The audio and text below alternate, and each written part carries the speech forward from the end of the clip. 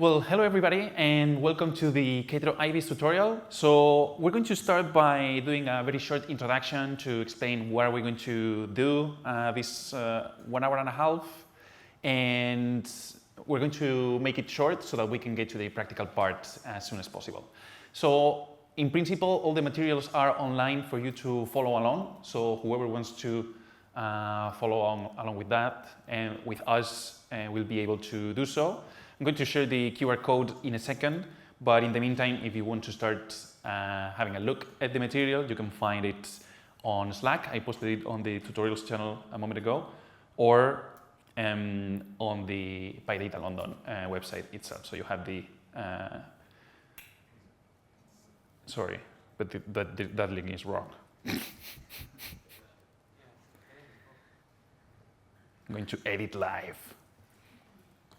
It's not that one, but this one. Forgive me for this. There we go. Nobody saw anything. So I was saying, you can find the materials of the workshop right here on the schedule page. There we go. So, first of all, we were already introduced, but Deepyaman, if you want to say a word about yourself. Yeah, so my name is Deepyaman. I work at Voltron Data now, previously at Claypod AI, that was acquired by Voltron Data. I work mostly on the IBIS project and some of the related projects, including like some new stuff around like IBIS ML that we're working on. And I also, actually I know Juan Luis from being a Kedro maintainer for some time now. So that's what I do in my spare time. Great. So my name is Juan Luis. I'm currently the product manager for Kedro at Quantum Black, but I've been contributing to the PyData ecosystem for a very long time. And actually, I attended the very first PyData in London 10 years ago. I've attended a few other times since then, and I'm very happy to be here again. So here is the QR code for the material in case you haven't seen it just yet. So mind you that we try to compress the material quite a bit, but we might have to go a little bit faster at some parts. But again, we're trying to, at least at the beginning, have everyone follow along if you want to. So I'm hoping that everybody got the URL, or you can get it from the schedule. So to start using the material, you can go to the URL, then you can create a code space. So if you go right here on this little tab, you will see a big green button that says create code space. So this in principle will fire up a new VS Code editor on the cloud. So you don't have to install anything, which will be very good for the poor Wi-Fi, so that we don't have to download a lot of stuff all at the same time. And yeah, and you should be good to go. So that's what we're going to do as well. And yeah, and I think I will leave Deepyaman now with the introduction. So do you want to fire a new one? Sure. Yeah, I can actually fire up a new code space. We do have another one here anyway, but. So yeah, when you fire up a code space, you won't go through this. It should automatically just take you through a new code space, but it should set up quite quickly. If you have any problems, perhaps one will be able to help you if you run into something, but it should be quite smooth. When it pops up, if you already spun it up, you should see a welcome, 00 welcome notebook, and you can start with that notebook. So in the interest of, let me see if this is populating, but it will look like this when it runs. And here, well, we kind of went through some of the material, but while that's happening, let me also just kind of talk a little bit around some of the motivation for this. Actually, just out of curiosity, has anybody used IBIS before or used Kedro before? Okay, a few people. All right, and yeah, usually just start this out also, especially from kind of motivating why are we trying to do this, from asking the question, has anybody kind of been in that situation where they're processing data. Maybe that data is living in their data warehouse and everything. And in order to do your like analytics, you're going to kind of bring that onto your local machine so they can experiment with it more easily, maybe in Python. Or in the cases where you've kind of done that already, and then you're like, okay, now I need to productionize it, I need to scale it up. And then maybe you give it to a data engineer, or you are that data engineer who's going to rewrite it in something that's going to be more scalable than maybe use pandas or something locally. Or have you been in a situation where you kind of did like this whole proof of concept, and then you need to kind of productionize that? Or one of the things which this kind of comes from also my experience is, especially using in previous life, was kind of building a lot of Kedro pipelines, and we wanted to write everything in Python. I mean, I'm sure a lot of people here being at PyData like Python, you want to use Python, but it maybe just wasn't the right tool. So maybe just like also from that like kind of personal perspective, as a Kedro maintainer, like for building like a framework for building some of these Python data pipelines, up until maybe a year or 2 years ago, I was very strongly of the opinion that Kedro should just focus on machine learning pipelines. I mean, Python is great for machine learning. If you want to do like more of the data engineering work, if you're working with databases, data warehouses, that's squarely SQL's domain. And you should use the tools that are out there, DBT, maybe now use like SQL Mesh, something like that. But I don't know, I'd say like in the past year or so, after I've known about Ibis, my opinion there has changed a little bit. Like, hey, if you want to use Python, you can use it. And I mean, the thing is, like, even when I was suggesting this, there were a lot of people that are still using Python for doing some of this data pre-processing, and well, maybe there's a better way to do that. So yeah, if your notebook has come up, in case it looks like this, just close this, you can reopen it, and that should be after the Jupyter extension has loaded, and it should actually render as a Jupyter notebook in case you're having that. Yeah, so you can start by just running through like these first steps. We don't really need to understand this so much. This is just around like, we're going to do some work with the New York City flights data set. It comes from the R world, but we're just going to go ahead and ingest this. We're going to also put this data into a Postgres database. You can actually do that with DuckDB itself. And after we do that, we should be able to confirm that our database actually contains the stuff that we have. So it should just fire up in just a second here. Let's see.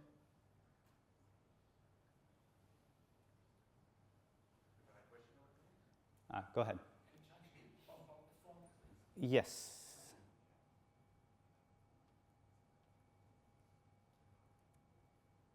Okay, if that's better. Okay. There we go. And you should see something like this.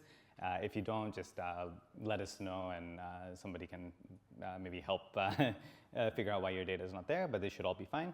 And after this, we can move on to the getting started with Ibis notebook. So we're just going to go through this quite quickly in terms of, just want to give an overview of Ibis. Ibis is a portable Python data frame library. So, I mean, if you're familiar with using pandas, polars, any sort of data frame library, could even be something like Snowpark, then it should, like, operations should look quite similar. Sorry, I guess it's just taking a while to load for some reason. There we go. Yeah, so the operation should look pretty familiar and pretty natural, even from a human readable perspective. So to start, we created this database file, NYC flights 13.duckdb in the previous step. We're going to go ahead and establish a connection to this database using the IBIS connect method. DuckDB is actually the default backend for IBIS, but we're going to explicitly specify it here. It's great for local processing if you haven't used that before. Just a quick note, here we have open in read-only mode, so you should not see like a .wal file, but if you do, that's what it is. It's basically there to prevent, it's a lock file kind of thing to prevent data corruption. After connecting here, we can see what tables are in the database. We should see two tables, flights and weather.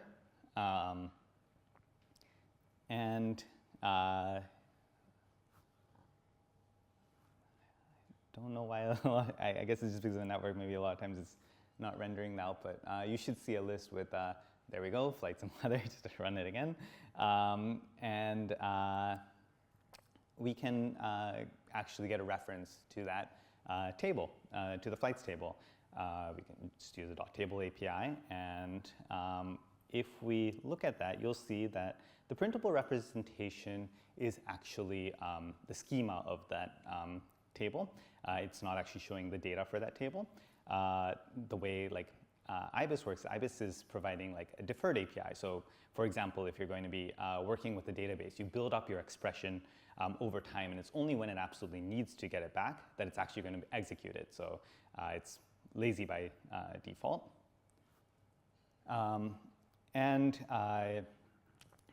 Let's say that we want to take a look at the data. We could call the head method.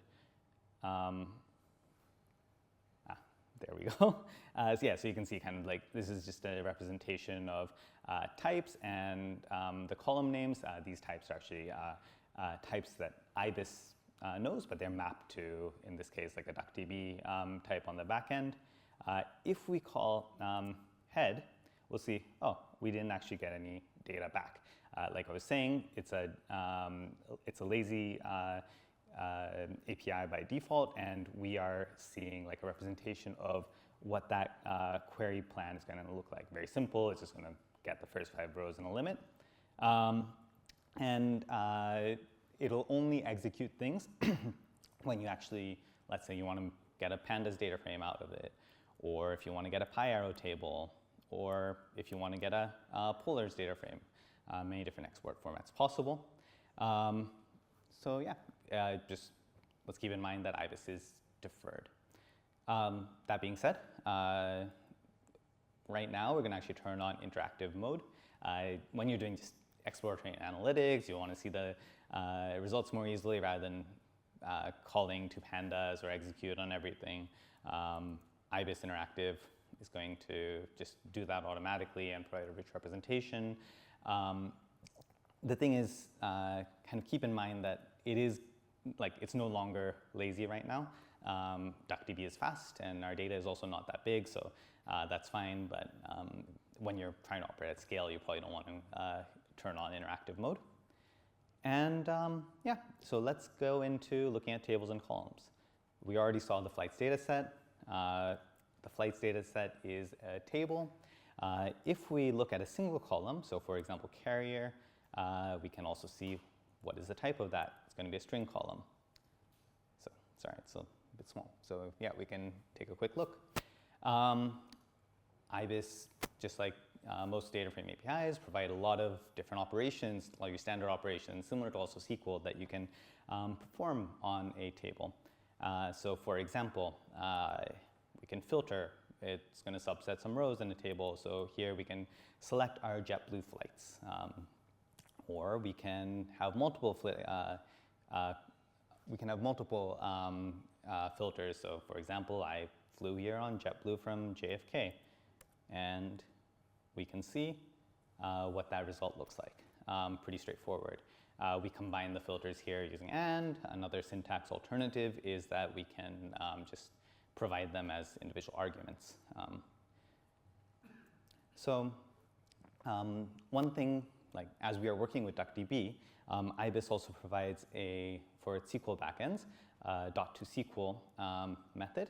So we can actually see, in this case, it's going to be quite simple, but this is actually the SQL expression that IBIS is compiling this expression to under the hood.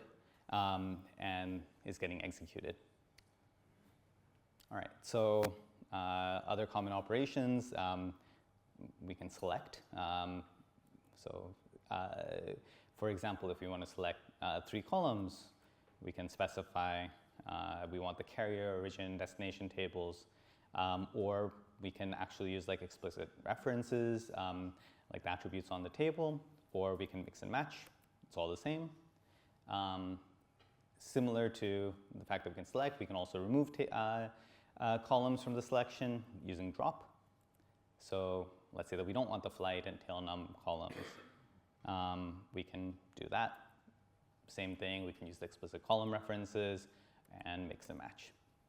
Pretty straightforward. Yeah, so everything so far, it's been either adding or removing columns. We can also, of course, modify columns. Mutate is kind of what we would use in Ibis for that. So for example, let's say I want to add a column converting the distance column, which is originally in miles to kilometers.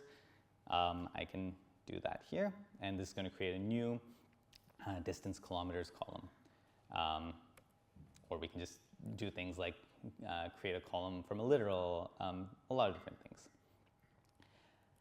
So just a quick note, even though we've done all of these things, the table itself has not changed. There's no concept of like copy modes or anything like that. For Ibis, tables are entirely immutable. And so you'll see here that our base table is still the same as we started with. If you do want to keep an expression, we did this actually once above. When we assigned an expression, you'll just need to assign it to a variable. Yeah, then we can reuse that variable downstream. All right. Next thing, so most of the things are we're not going to want to just do straightforward single operations. Oftentimes we'll want to chain methods. Every operation is returning another table. Well, for the most part, there are some cases down the road where we might see things which are not returning a table. Here, for example, if you want to select and then drop, this one's not very useful because we selected a column and then we dropped it immediately after. But just as an example, oops, that was not intended. Okay. Yes, so we can chain expressions together. All right, so wanted to go a little bit fast, but leave some time for exercises. Maybe we can actually try something ourselves. Here's the first exercise. So we want to convert the distance column to kilometers. And we want to also then not have the original column in the result. So maybe you can just try that. There's a couple of hints around like 2 ways you can do that. Maybe we can just give a few minutes. Yeah, also if you're ready, so here below you'll see like a place to kind of fill that in. You can do that. If you're ready, you want to see the solution ahead of time, you can also just execute the load solutions blocks and you can try and run that. And also, if anybody has any questions so far, I'm happy to take it in the meantime. Otherwise, we'll just give a couple of minutes and then we'll move on from here. Yep. Yeah, it's more like a general one. So the code spaces, is that just generally available, or did you have to configure something to make that available for us? Yeah, so code spaces is generally available on GitHub. We did configure some stuff there. So like there's a, if you're curious, you see there's a dev container folder, and inside of there, like we're going to use Postgres, for example, later on, and so there's a Docker file or Docker compose file, which is going to spin up the Postgres instance so that we don't have to. I hope there were not any like Starburst Galaxy huge fans here, because we did write in the tutorial description we're going to do that, but we really wanted to avoid any additional setup, and we just spun up another backend instead. Yeah, but otherwise, that's there and makes the experience a little bit easy, I guess. Thank you very much. All right. How are people doing? Anybody? I guess like have some people kind of got this done?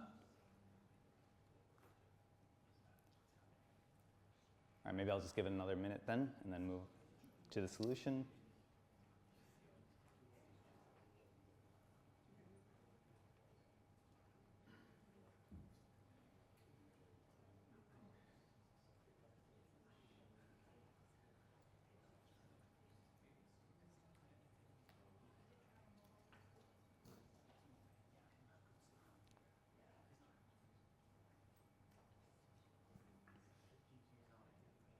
Oh, yeah, go ahead.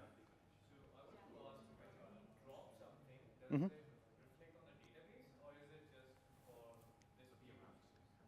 So unless you're persisting results back, nothing is actually getting persisted to the database.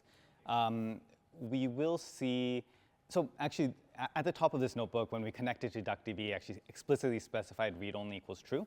The reason that did that also was just to avoid accidentally like locking up the database or something like that. But we will see actually when we get into the Kedro parts, some examples of where it is writing back to the database.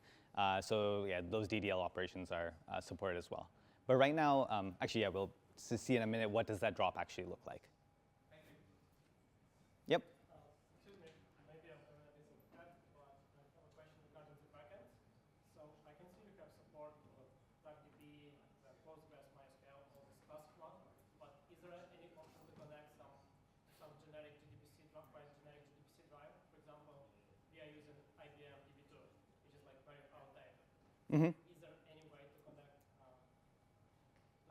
those kind of backends? There's not like a JDBC kind of way to connect. Previously, Ibis did use like SQL Alchemy under the hood, and but like there was not like kind of like, oh, just specify like any JDBC backend. I mean, you do need to specify. You do need to like kind of actually have a backend defined for that. So a bit of an implementation detail of Ibis is that we do use something called SQL Glot heavily under the hood. And that is used for kind of translating between SQL dialects. I think we'll see a little bit more of that in a bit. But if there's, for example, a DB2 dialect, then that makes it pretty easy to add a backend.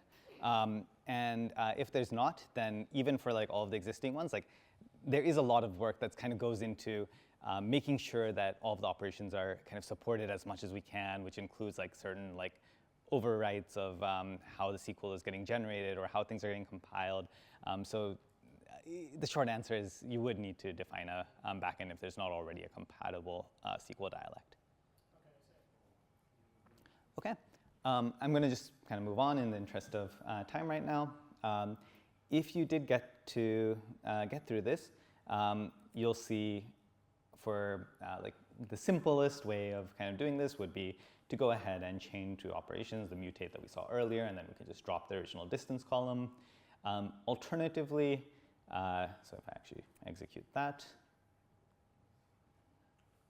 and then alternatively, we could also actually select the columns. The way that it's kind of implemented here that we'll see in a second is very kind of manual, explicit sort of thing, where we've actually listed out all of the other columns except for the distance column and then the new column we want. But of course, we could actually have done that instead by like accessing the columns attribute and doing something more programmatic there.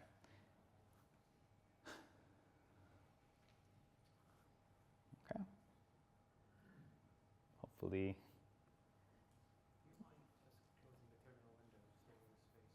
Sure.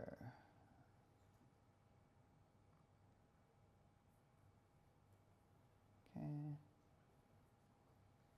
All right, so this was the result here, and we can actually see that this one will also result in the same thing.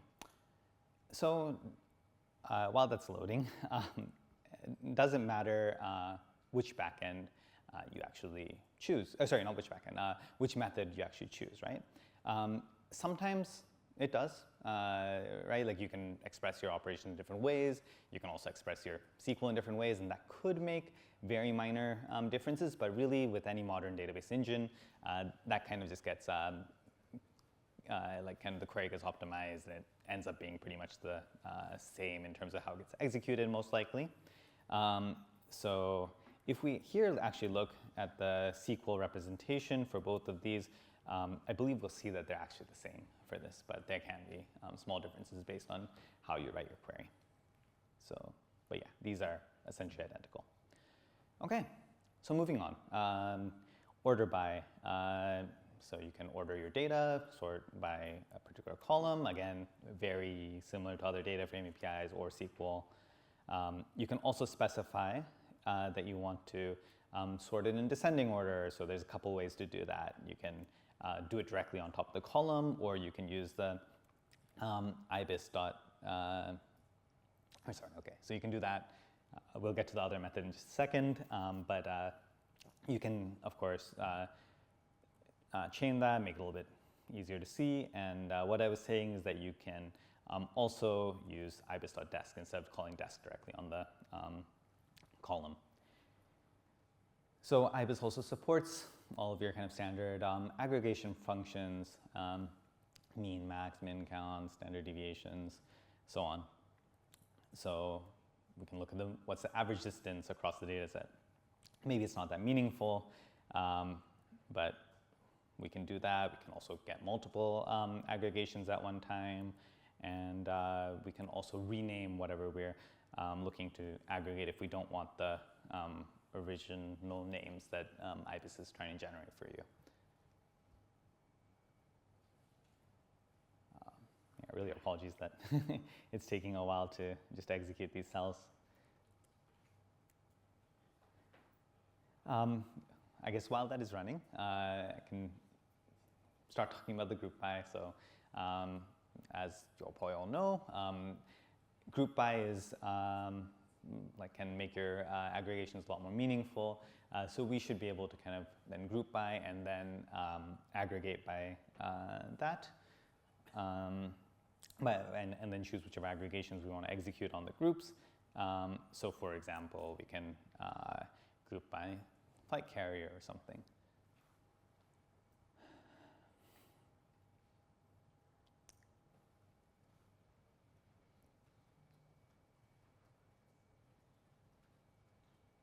Okay.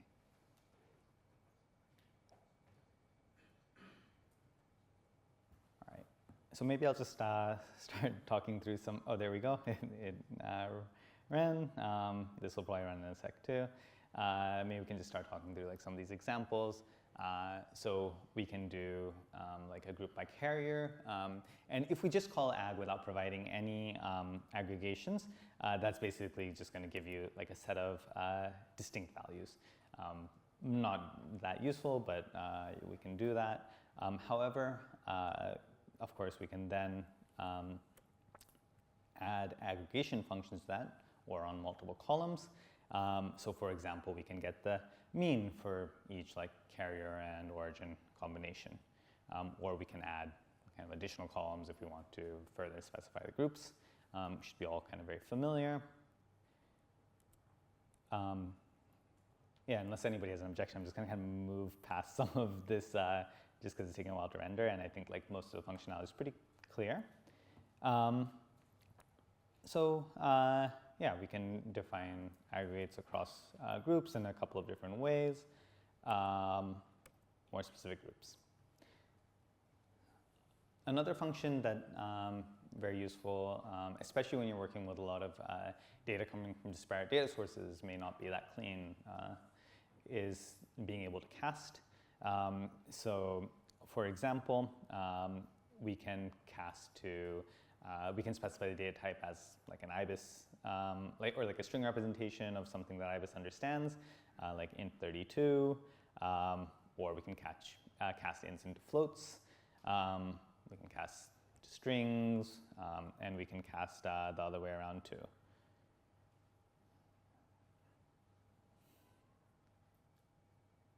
Okay. What are the available data types? So you basically support like floating types, integer types. There's other like more uncommon things like MAC addresses supported, string type. There are also, so certain backends also support geospatial operations. There's a backend support matrix, and so support for operations does vary a lot based on the backend. But like, for example, if you're using Postgres or DuckDB, you can actually do a lot in terms of geospatial. And we also support like array types or kind of like more kind of object types. Again, like IBIS does its best to support operations across all these different backends, but if a backend just doesn't support some of these, so as we get into especially things like like more array or object operations, a lot of backends don't have the same levels of support. There are also like a variety of other operations, like you can define UDFs. Again, like support for that is a little bit more backend specific. And then some of these things get like, if you're looking to like kind of aggregate UDFs, that can get a little bit too specific for kind of IBIS to be able to abstract, just because if your backends define them all in different ways, then there's not much you can do to standardize it in some point. Okay, so yeah, we did see that these finally did end up executing. You can see, for example, here some of the default names and how we're aggregating by these columns and getting the results that we wanted. Going through some of these cast examples. Yeah, we can kind of cast back from, we were at strings, numbers to strings, we can cast from strings to numbers. It is important to note that, again, like if your database is going to throw up an error because you're trying to cast data that can't be cast. So for example, you're trying to cast a string that is just not numbers into a number, that's going to, IBIS will give you an error there. However, if you do need that, there's things like the try cast function. So that here we can see, like here we tried to convert UA, United Airlines, into an int. That's obviously not going to work. But we could use try cast in those cases. All right. And one of the last things before we kind of go into another exercise is drop NA. Actually, so IBIS 9.1 was released, I think, yesterday. So this might throw you a deprecation warning.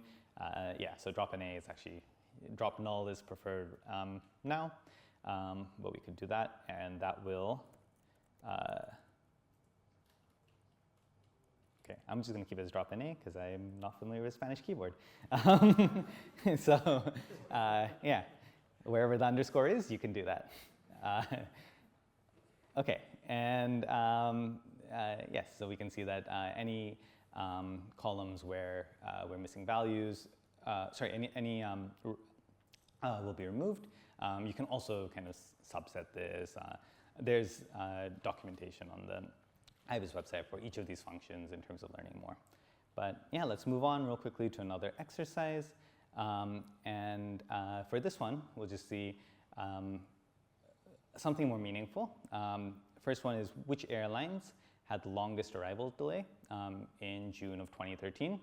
And if you get done with that one, the next one is which airport, this is all New York City airports, had the lowest percentage of outbound flights arriving 30 or more minutes late.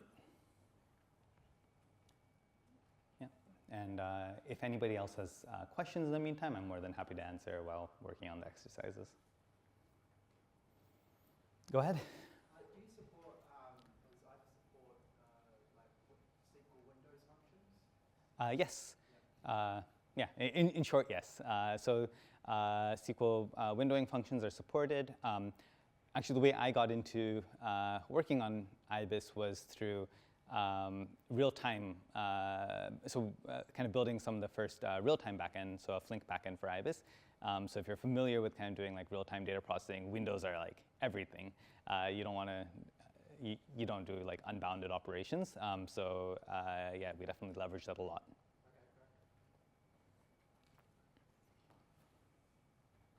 Yep. In switching backends, can you get any strange results from like different backends treating different operations differently? Like if they treat zero division differently or something like that? Yes, to an extent. So as much as possible, we try to like make the experience as uniform as possible and get the same results. Like for example, like if you're getting like 0 or like a different value, like those kind of things are usually more easy to handle. If we're looking at something like regular expressions, like every database seems to have its own way of handling regular expressions. In those cases, like IBIS can't guarantee the results as much. One of the interesting things I definitely can't cover here, but the lead for IBIS, Philip Cloud at PyCon US recently gave a talk about how we test like 20 backends on every single commit. So there's a huge suite of like backend tests, actually like executing operations against all of the different backends we support to make sure that like the results are coming out as we expect for this, just like every operation that IBIS supports with all different kinds of combinations of arguments and things like that. So answer is as much as possible, yes.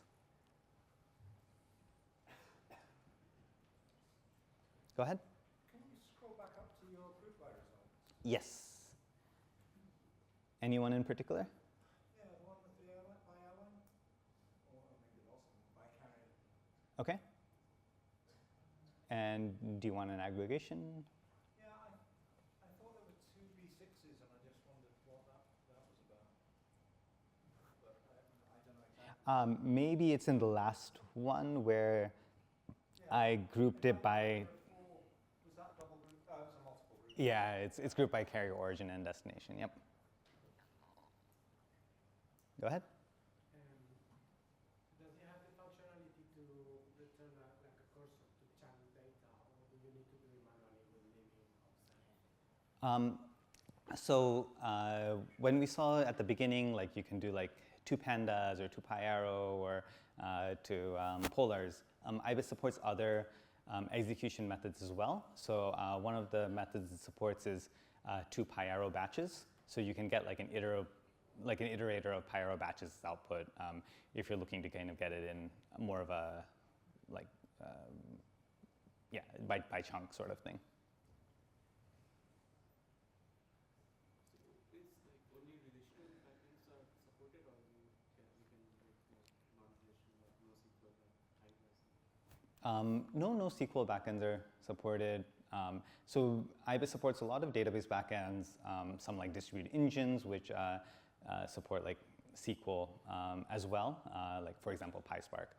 Actually PySpark initially was implemented more using the dataframe APIs, but when we centralized more on SQL Glot, we actually used the PySpark SQL API there. And you can also run on backends like pandas or polars, which will not be running using SQL. But yeah, it doesn't support NoSQL databases just because the set of operations is not it's not the same. Okay, I'm going to move on to looking at some of these solutions here. Okay, so for the first one, many ways that we could have written this, but this is like a pretty realistic operation we might want to do. So you can see that we've combined like a filter on the month and year with a group by, aggregation, and then sorted the results. You can see this. Similarly, answer over here would be that it'll load. Quite similar.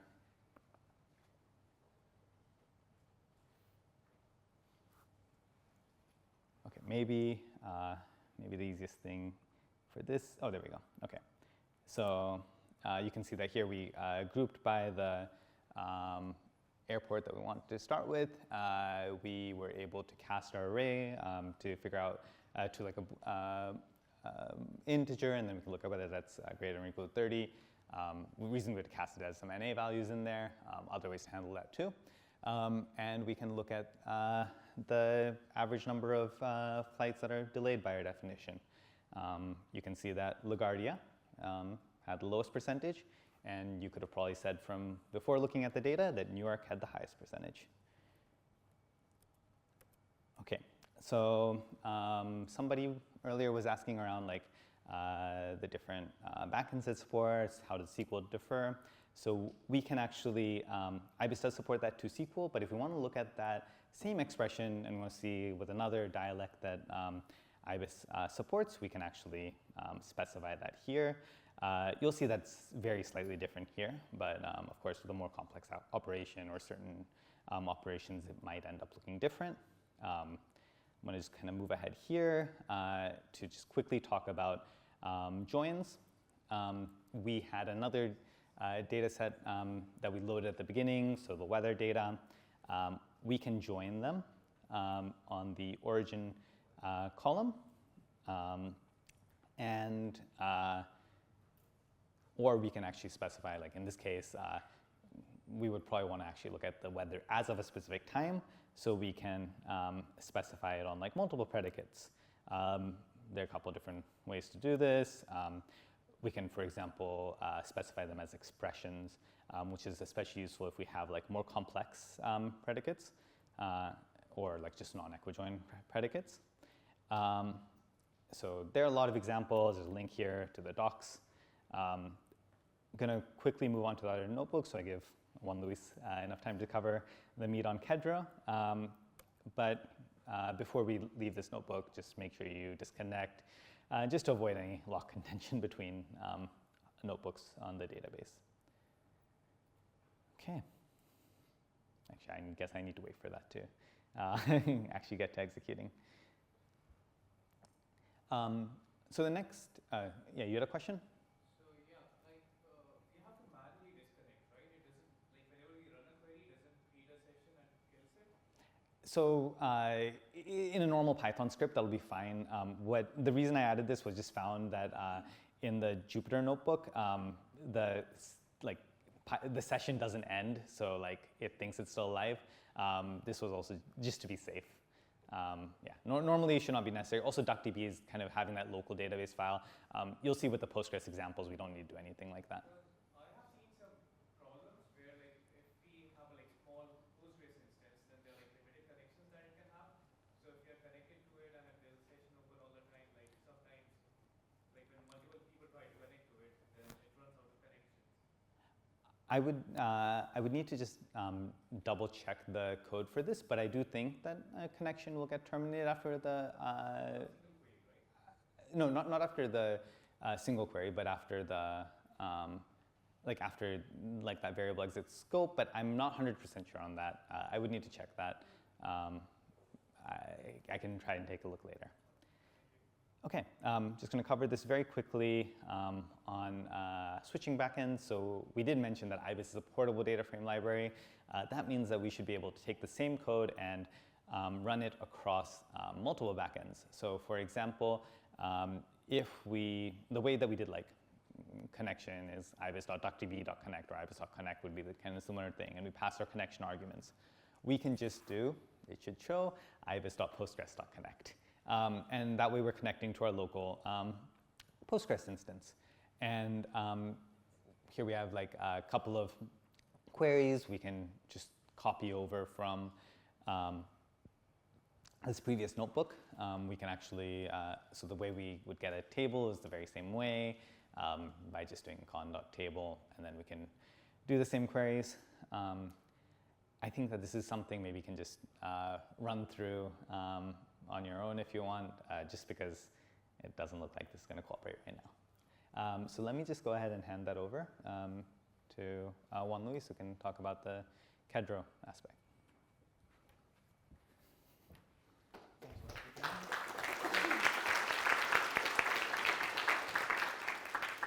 A bit unfortunate that the connection decided to drop right now.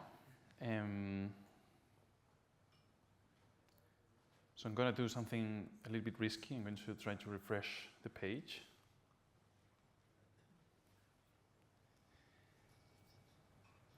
Because I don't have signal either, so if the Wi-Fi doesn't work, then I'm stuffed.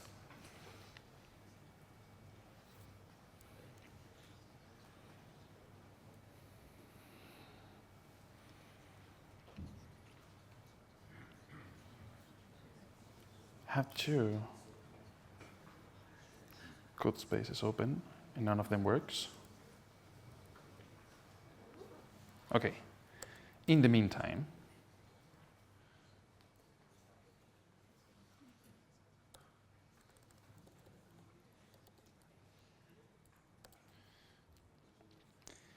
okay, I'm going to give code spaces a few more seconds to recover itself.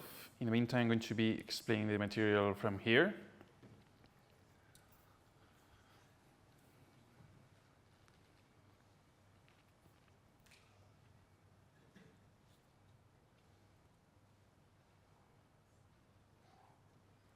can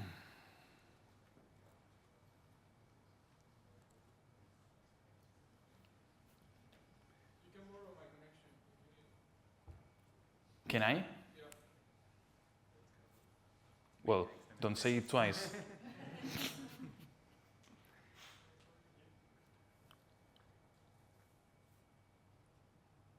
I don't see iPhone of my savior in the list of available connections. Never mind. I'll get. Ah, nice. Thank you. Okay, in the meantime, I'll start talking already. So we already saw with my colleague DPMan how to process the data with Ibis, which gives you a data frame-like interface over a number of backends. And that allowed us to do a little bit of pre-processing on the data and so on. But now we want to switch to the second part of the workshop, and the goal here is to create a model, a classifier, that will tell us whether a flight is going to be delayed or not. And for that, we're going to be using this New York City flights dataset and the weather dataset that DPMan was showing for the join part. And there's a number of ways we can do this, but to make it more production ready and make the code more maintainable and so on, we're going to be using Kedro. So has anybody used Kedro before or heard of it before reading the title in the tutorial? Okay, a few hands, but not many users just yet.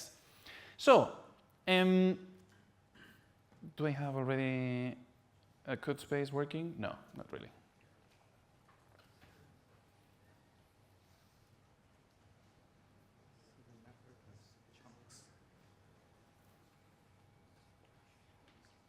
Chunks. Should I type it like manually? Ah, yes, it is here. And then,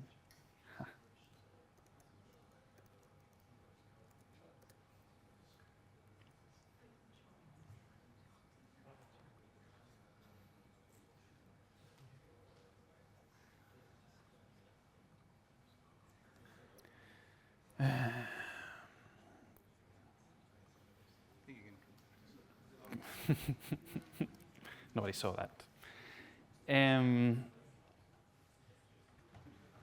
Okay, looks like I might be able to continue. Just one more second of your patience, please. I always will do it with pen and paper. It will not be as sexy, but okay, I'll give it a few more seconds. So the end goal of what we're trying to achieve is a graph like this. It should be looking somewhat like this. So we have our two data sets, flights and weather, and we want to consolidate them into one table that we're going to call the model input table. Then we're going to split that into train and test, as it's customary, and we're going to train a classifier, and later we're going to evaluate what's its accuracy. So this is how Kedro, thanks to the Kedro Ibis plugin, is going to show that pipeline. And I want to do several things here. So now that we have the goal in mind, I want to detail the different library components of Kedro so that we understand a little bit how everything works under the hood. I will stop for an exercise if time permits, and then we will create a full-fledged Kedro project with the usual directory structure that we use. So it's getting there very slowly. Do I have it locally? What a shame.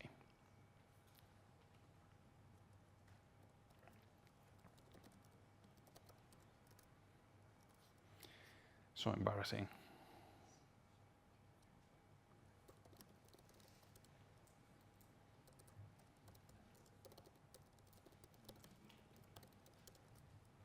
Okay, we got it. Well, so how we're going to do this. The first thing that I'm going to explain is the concept of the data catalog. So I'm going to be executing the cells, given that it takes a little bit of time, and I'll be talking on top of that. So we've already seen how to read the DuckDB database, but Kedro provides a more streamlined way of separating what the code, the business logic is, which are going to be like my nodes and pipelines, more of that in a moment, from all the code that performs the I/O, so reading databases, reading APIs, and so on. And the component that's behind that is the data catalog.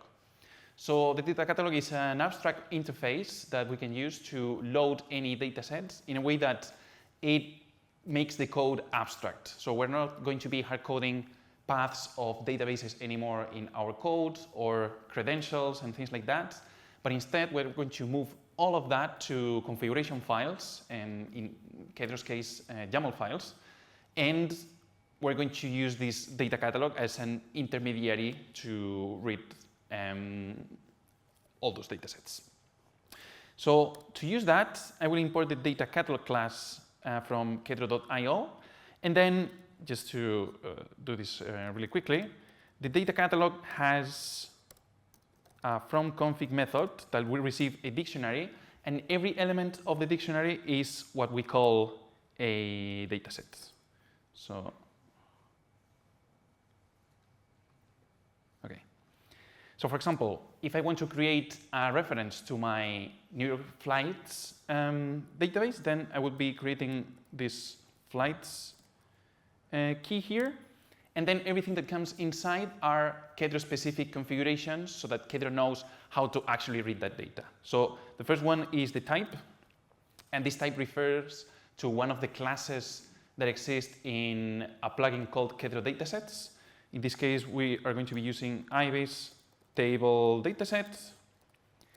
And then the rest of the configurations are extra parameters that I'm going to need. For example, and I see the solution already here, I will need what the table name is, in this case flights, and some details about the connection. So I'm telling it that the database is this New York City flights file that we were managing before. I'm going to open that in read-only mode just to avoid any locks, and the backend is DuckDB. So the moment I instantiate that catalog, then if I do catalog.list, that gives me a list of names of datasets that exist in the catalog. So far, nothing fancy. And the idea is that now I can use the load method of the catalog to perform the actual loading. So I do catalog.load, and the result of that, which is this flights variable, is exactly the same Ibis table that I had before. So you see, that's exactly the same that I had. And so the idea behind introducing this abstraction in the middle is that now my notebook is not aware of where the table lives or what the connection credentials are and so on. So I'm starting to decouple things a little bit. So far, so good? Okay, so the next thing is the config loader, or the Omega config loader. So I just created the catalog from a dictionary, but that is not the way I'm going to be doing things normally. I mentioned that we're going to create configuration files in YAML. I could read those with your favorite YAML reading library in Python, it doesn't matter. But the point of using OmegaConf, which is another open source library that powers the Hydra configuration system, you might be aware of that, is that it gives me a number of extra features on top of normal YAML files. So I have, for example, the capability of consolidating different catalog files into one so that I can avoid having a super big catalog file with all my datasets on it. I can do substitution and templating thanks to variables. We're going to see that in a second. Some advanced features of OmegaConf like custom resolvers, and a lot more. You have some links here to the documentation. So what I'm going to do now is write this catalog.yaml file here that contains essentially the same configuration that I had before in the form of a dictionary, but now it's a YAML file. So you will recognize that this is flights, this is the type, and then all the rest is the same. So now I import this Omega config loader, and I need to tell it what the directory where my files are going to live is, in this case the current directory, given that I'm dumping this catalog.yaml in the same working directory. And for the purposes of this tutorial and to avoid errors, I gave it a simplified configuration patterns. So there's going to be an entity called the catalog that is going to be made up only of one file, which is catalog.yaml. But here I could have things like, okay, give me all the files that start with catalog, for example, with this wildcard pattern. Now I don't need that, so I'm going to leave the default. And now that I have the config loader, when I do config loader.get catalog, then that is going to read the catalog.yaml file, is going to apply any pre-processing that is needed. For now, there's nothing, but we're going to change that in a second. And that gives me the same dictionary that I created before. So far, this is the same as reading the file with any YAML library.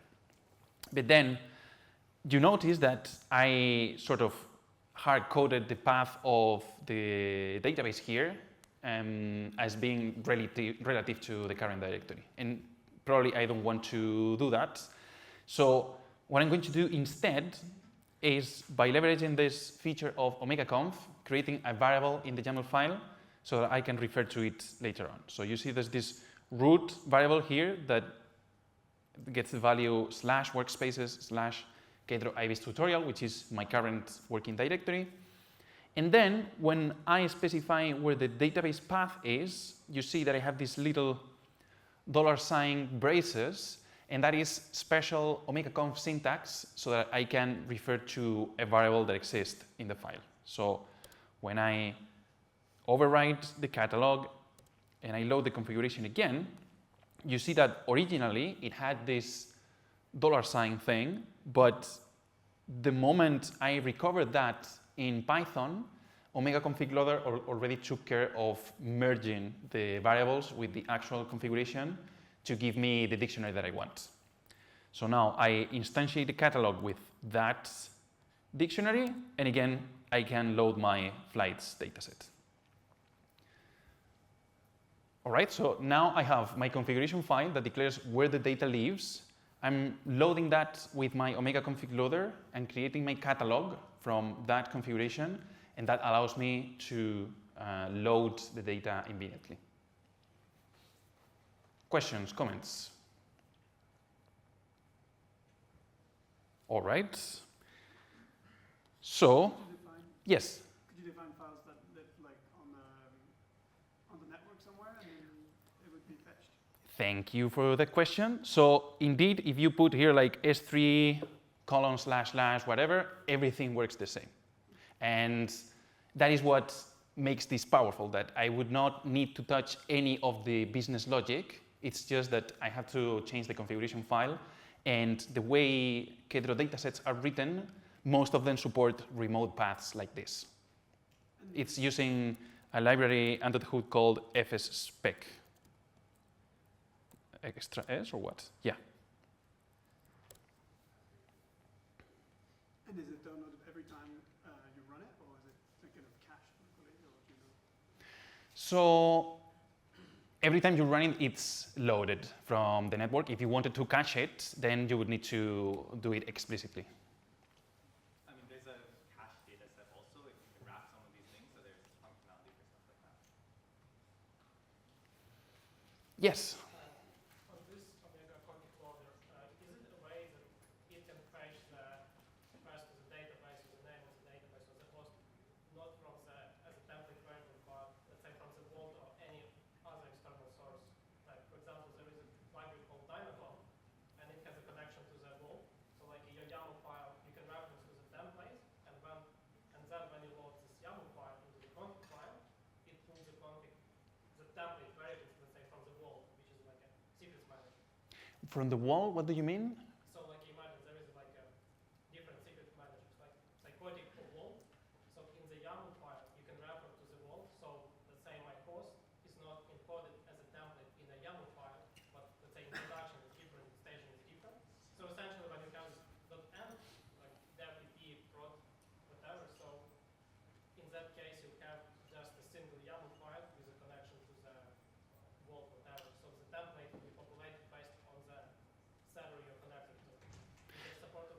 So there's a number of ways you can do that. For example, when you mention external sources, the most trivial one that I can think of is environment variables, for example, which is a poor man's way of doing that.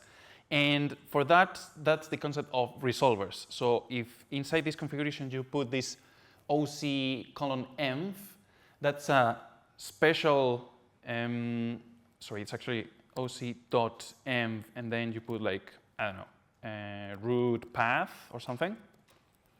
Then the moment you load it, OmegaConf invokes that function, it's a Python function that hoods, loads that environment variable, and then puts the result in.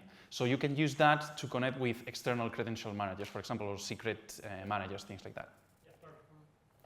By the way, you deserve a Kedro sticker, but you're a little bit far away, so you will get it later. And our gentleman here gets another one. Yes. My Lord and Savior, please go ahead. Would these resolvers also take care of like secrets that are temporal, like that get after some time get invalid? They're invalid.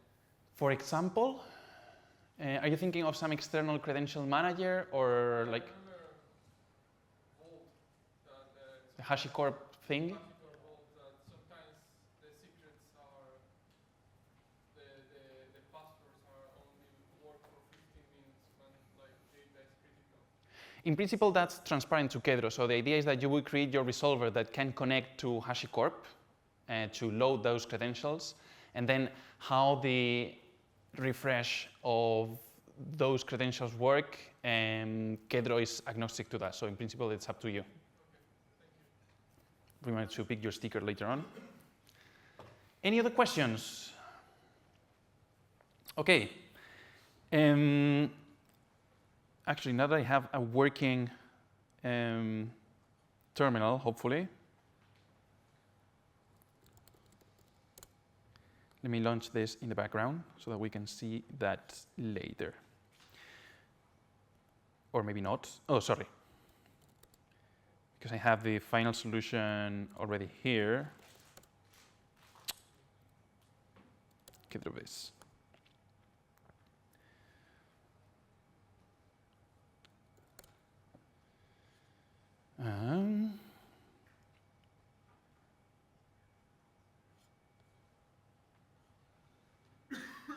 All right. Okay, just 1 second, and I will show you. This is the screenshot that I was showing at the beginning of how the final graph in principle looks like. But it's not a static graph. Kedro comes with a plugin called Kedro Ibis that allows you to dynamically visualize the structure of the pipeline and so on. And I'm going to give it 3 more seconds. No, life's too short for that. Okay, it's right here already? Okay. There we go. So this is how it's going to look like in the end. So essentially, I have 2 types of blocks here. So I have the datasets themselves. One is the flights, and the other one is the weather.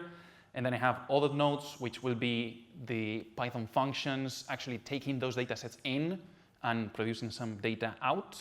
We will be able to see the code like this.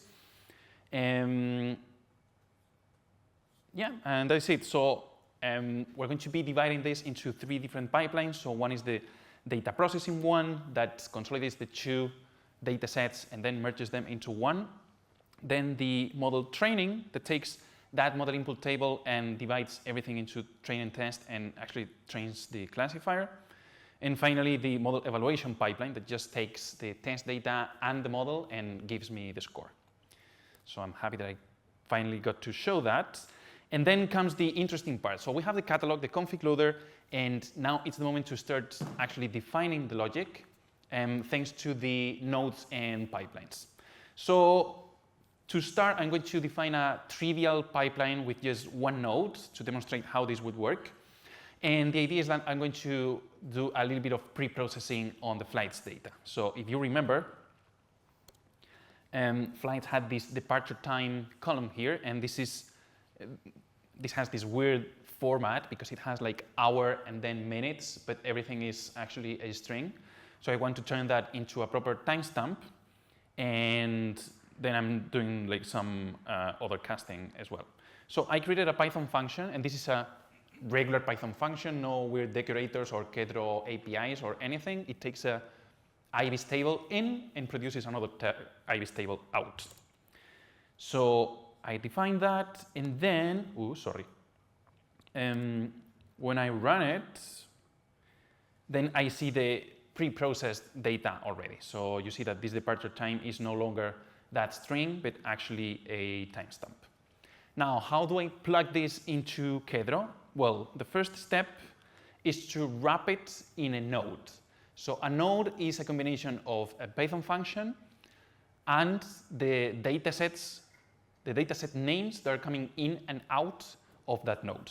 So in this case, you see that I'm defining this node, I'm calling it node 0, that has this function, which is the preprocessed flights that I defined before. And then these inputs and outputs are names that refer to the data catalog.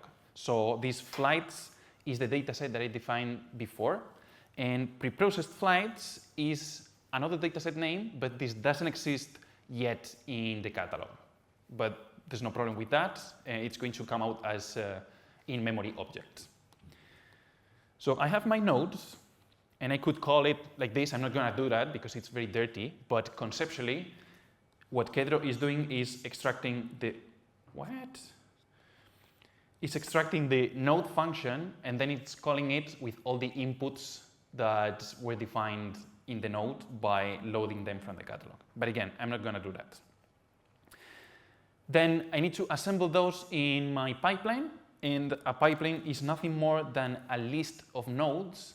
And the magic that's happening here is that Kedro reads what are the inputs of the different nodes and the outputs, and by linking the outputs of some nodes with the inputs of the other nodes, then it can do a topological sort and then come up with what's the actual structure of the pipeline. So I don't have to like link that through a Python dictionary or some sort of tree or anything. And then now that I have my pipeline, one quick and dirty way I can run it here in the notebook is by using this sequential runner. So the sequential runner is, does what its name implies. So it takes a pipeline object, a catalog, and then it takes care of sort of orchestrating everything. So we're seeing some lots here. We see that Kedro is loading the data from the flights, is calling these preprocessed flights, and it completed all the tasks. And then preprocessed flights is a memory dataset, which is the default in case we don't define it in the catalog. Leave me alone. No meetings today. And that is it. So I save the output of the runner in this outputs variable. This outputs has only one key, which is the preprocessed flights, the dataset that I did not define in the catalog. And if I print it, then I see it's the result of applying the preprocessed function to the flights dataset. So it was a very contrived way of calling a function, but it worked. Questions, comments about this?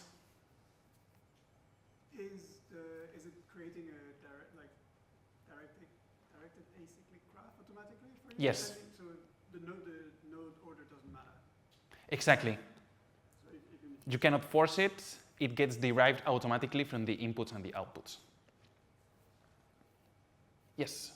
So at the moment you run into a single machine, I guess my question is how, or is it possible to distribute it?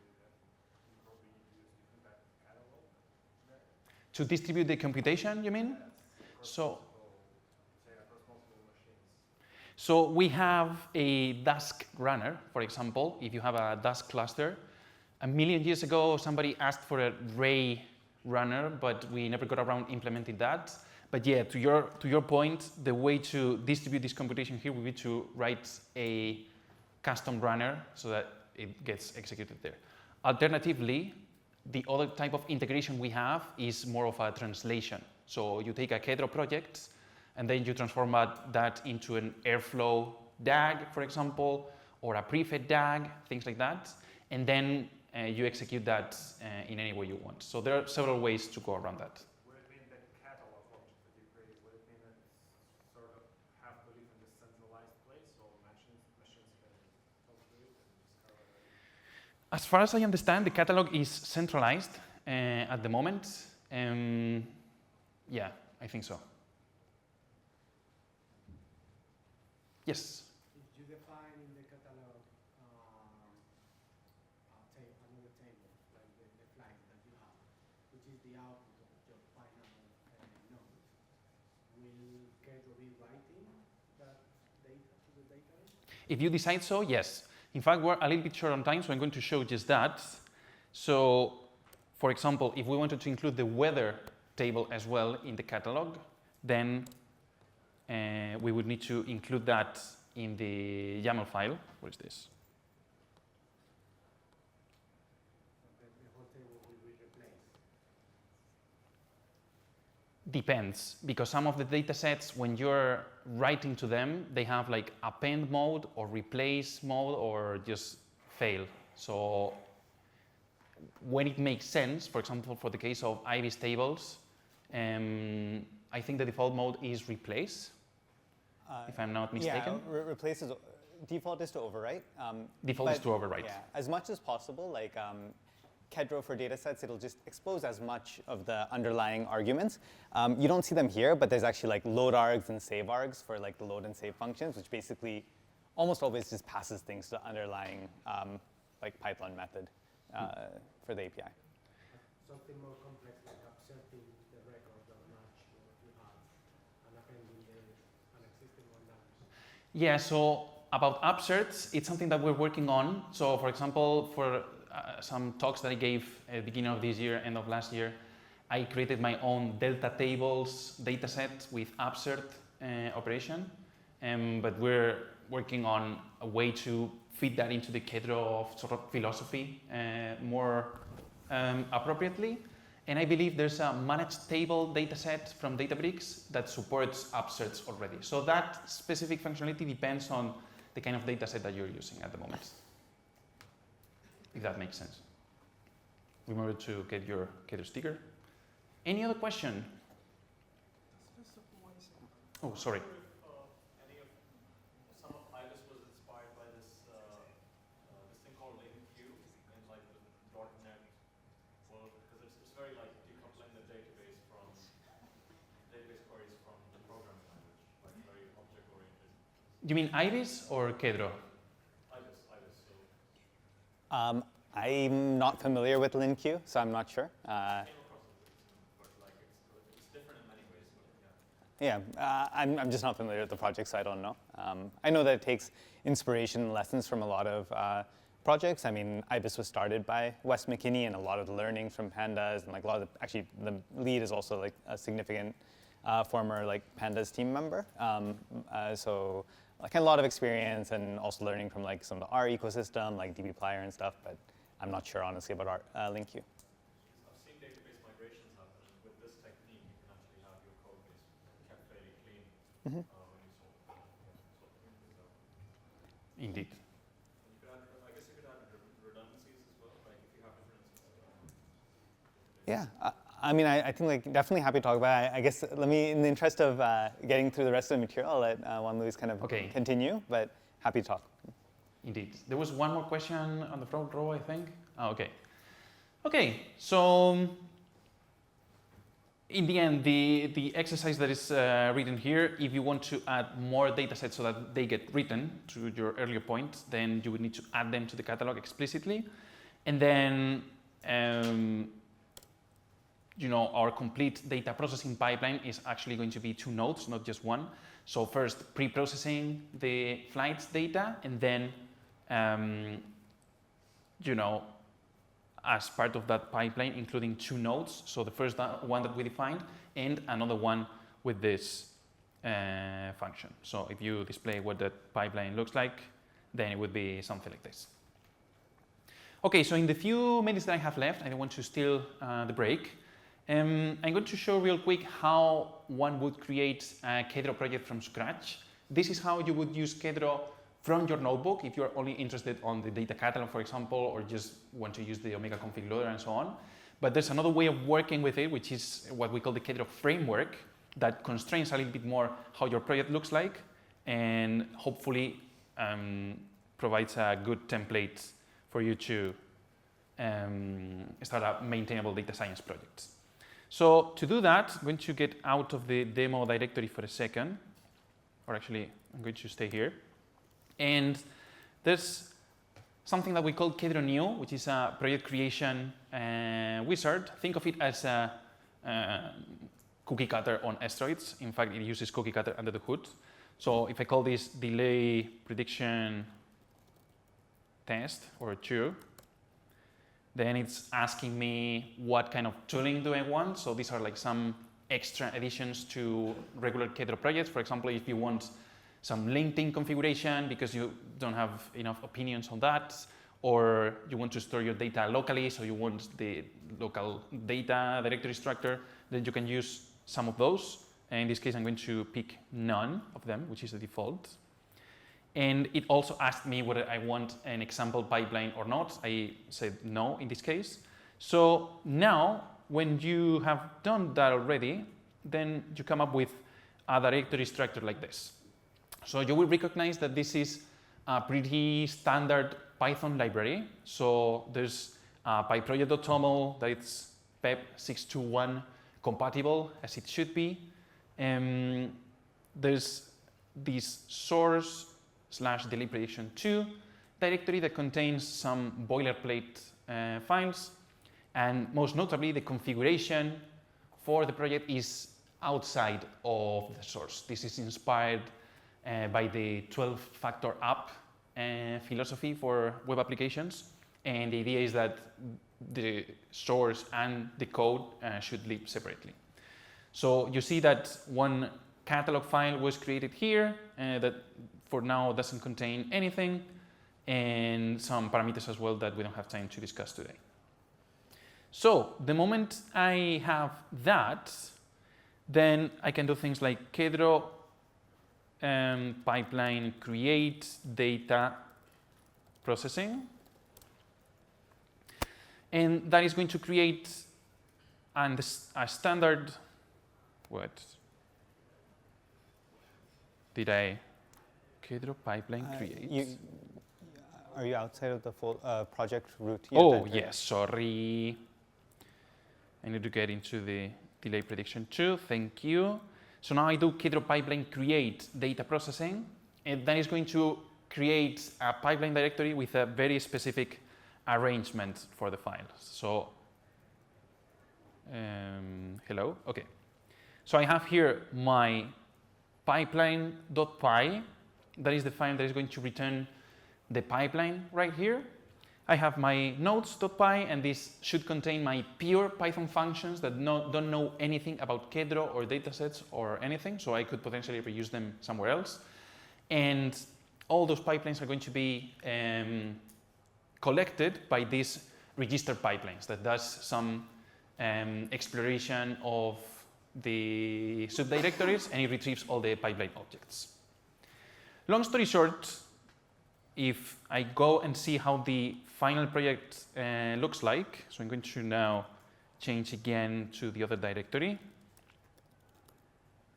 delay prediction. If I do Kedro registry list, this should give me, well, first of all, prompt me for telemetry for sure. Oh, not really. And I have 3 pipelines here: data processing, model evaluation, and model training. So, and with this I finish. If I do Kedro run, then this is going to execute all the nodes that I have in the order that are defined in this graph here, basically. Unless Juanlu has forgotten to disconnect something. So I'm going to, how inappropriate to fail this right now. So if I restart the kernel, and I restart this other kernel too, and I close everything, and I run it again.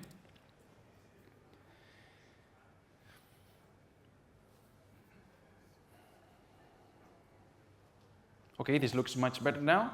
So it's essentially running all the functions that I defined, loading the different data sets, running the classifier, and so on. And at some point, we should see in the logs that this classifier has a pretty good accuracy, so we're happy. And that is it. So again, this is more or less the structure that we should have, more or less. And I'm going to leave the last 3 minutes to DPMN if you want to close already. I was just going to ask, do you want to just show real quickly how you can just run it on like Postgres, for example, pretty easily? I think we're a little bit okay, that's short, fine. but Don't worry. just to describe how you would do it, if you go here to the catalog, you see that the connection details are defined here in a variable. So if instead of DACDB you push here Postgres, just Postgres, sorry, and then you comment this out, then everything should work exactly the same. This is where now everything fails spectacularly. No, we're very confident that it's going to work. Okay, all so works. now instead of loading it from DACDB, it's loading it from Postgres, but I didn't have to change any part of the code, just the configuration, and that is it. So thanks all for your attention, and yeah, I mean, I know that this is very quick, but we appreciate your seeing. Hopefully you can also see like how you can use Kedro and Ibis together for some of these data processing workflows. I think on the README of the project, there are some links to the Kedro community, Ibis community, and also, we didn't really talk about it, but like some of the data science pipeline was done using IBIS-ML, pushing the execution of some of the feature pre-processing also to the backend. There's links to communities and websites for each of these projects.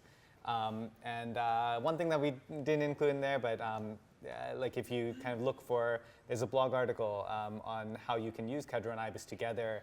That actually, like if you are coming from that like using DBT or SQL mesh kind of world, that takes your canonical Jaffle Shop project and kind of just shows like how does this kind of actually work out pretty equivalently. And you can get some of your similar functionality like that through these tools. With that, I mean, we're here. I'll be here through the conference. Juan Luis will be here until through tomorrow. We're happy to answer questions. I know that the break is coming up.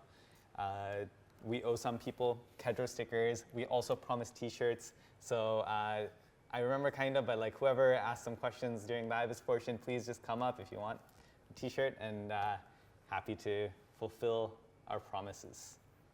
Thank you.